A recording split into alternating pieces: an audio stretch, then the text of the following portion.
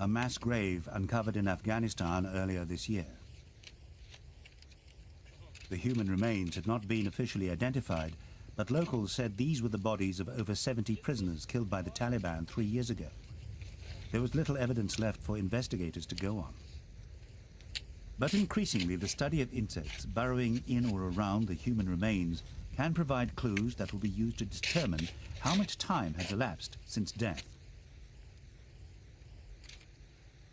Flies, beetles and maggots living beneath the very soil used to hide the murders have become crucial evidence in solving hundreds of criminal investigations.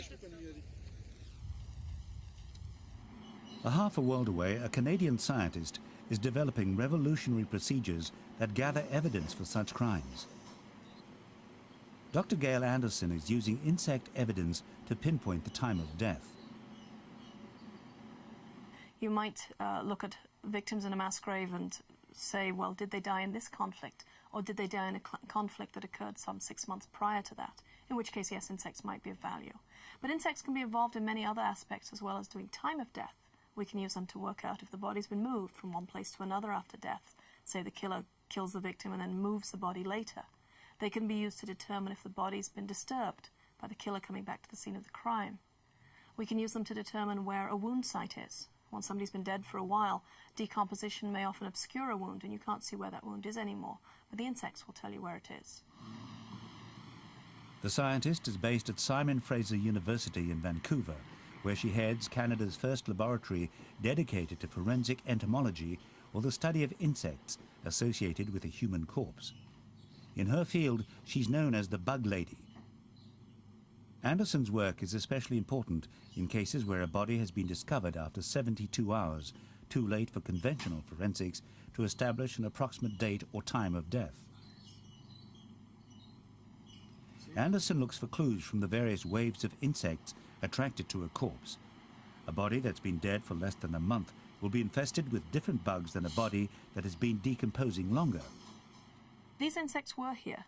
They've already gone, they've gone past their stage. They're not interested in the body anymore, but they've left evidence of themselves behind. So it's past their stage, so that narrows up our window. And the next group of insects we'd expect, they're not here yet. And that gives us our window of time in which death must have taken place. Anderson has developed the world's first database of flesh-eating insects. It's all designed to help in murder investigations. Flies and beetles are the two main insect groups found on decomposing bodies. They appear in different stages of development depending on the length of time the body has been left to the elements. By preserving insects found on the body, Anderson protects vital forensic evidence, as these small creatures could contain traces of chemicals that led to the person's death. When there are no witnesses to a mysterious killing, insects can provide important clues towards solving a criminal case. You've maybe got witnesses that say they saw somebody murdered on a particular date, and you've got other witnesses that says, oh no, she was alive and well 2 weeks later. And now the jury is asked to determine who they believe, who is the most believable. Establishing the time of death in a criminal case can make or break a person's alibi. When someone commits a murder, they will look for somewhere to dump the body well away from people, like this forest. What they don't realize is that the body immediately attracts squirrels, foxes, birds, insects, telltale signs for the police, who may be searching for the victim. The forest animals and bugs will leave behind clues for Anderson and others trained in forensic entomology. The scientists are interested in cataloging the smallest specks. It could be the vital clue that will provide a window of time in which death must have taken place. So the usual common scenario is you drive through the bush and you do exactly where we just went, just a few feet off the edge of a road, usually a quiet road like this old logging road, and it's just dumped in the ditch or beside the road. In order to test her theories, Anderson buries pig carcasses. Pig skin behaves in many ways like human skin. By studying the insects that consume the decomposed pig's remains, she's been able to formulate her scientific theory to establish a time frame for murder. Anderson has spent a lot of time training police investigators on this method of insect collection upon the discovery of a body.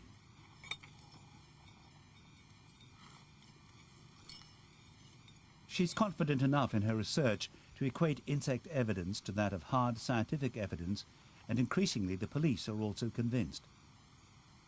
It wasn't always so. Anderson said she's faced an uphill battle in getting police to believe in what bugs can tell them. And now more and more police officers do recognise that insects are evidence, and they will collect them. And every time I speak to police officers for the first time, they say, "Darn, I wish I'd known about that a year ago. We had this great case and we could have used you," which is a little frustrating. So hopefully eventually they will all get used to the idea that this evidence is of value to them. Throughout the world, Anderson's contributions to forensic science are being used in investigations where conventional methods have been unable to provide the answers at a crime scene. Before her research, insects were considered a nuisance by police and brushed aside. The emphasis was clearly on the search for material evidence of the surrounding area. Confronted with a dead body, police officers used to look for signs of significant wounds and remove any insects or maggots from the corpse. Anderson advises the police to collect insects not only from the bones and any other remains, but also from the soil, particularly beneath and around the body. Anderson has been recognized for her work. Time magazine named her a leading innovator in the field of crime and punishment.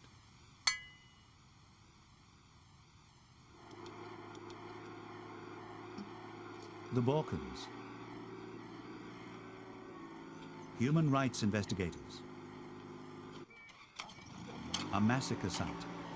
All around lie the victims of crimes against humanity. International courts have brought suspected war criminals to trial, but such legal procedures need proof.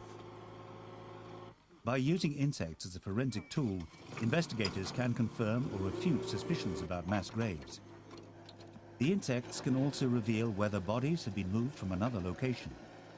I really feel very satisfied with what I do. It's very nice to know that my research is actually being of direct value in a court case or in an investigation. More and more investigators are relying on Anderson's research as her accuracy in determining the time of death is successfully put to the test.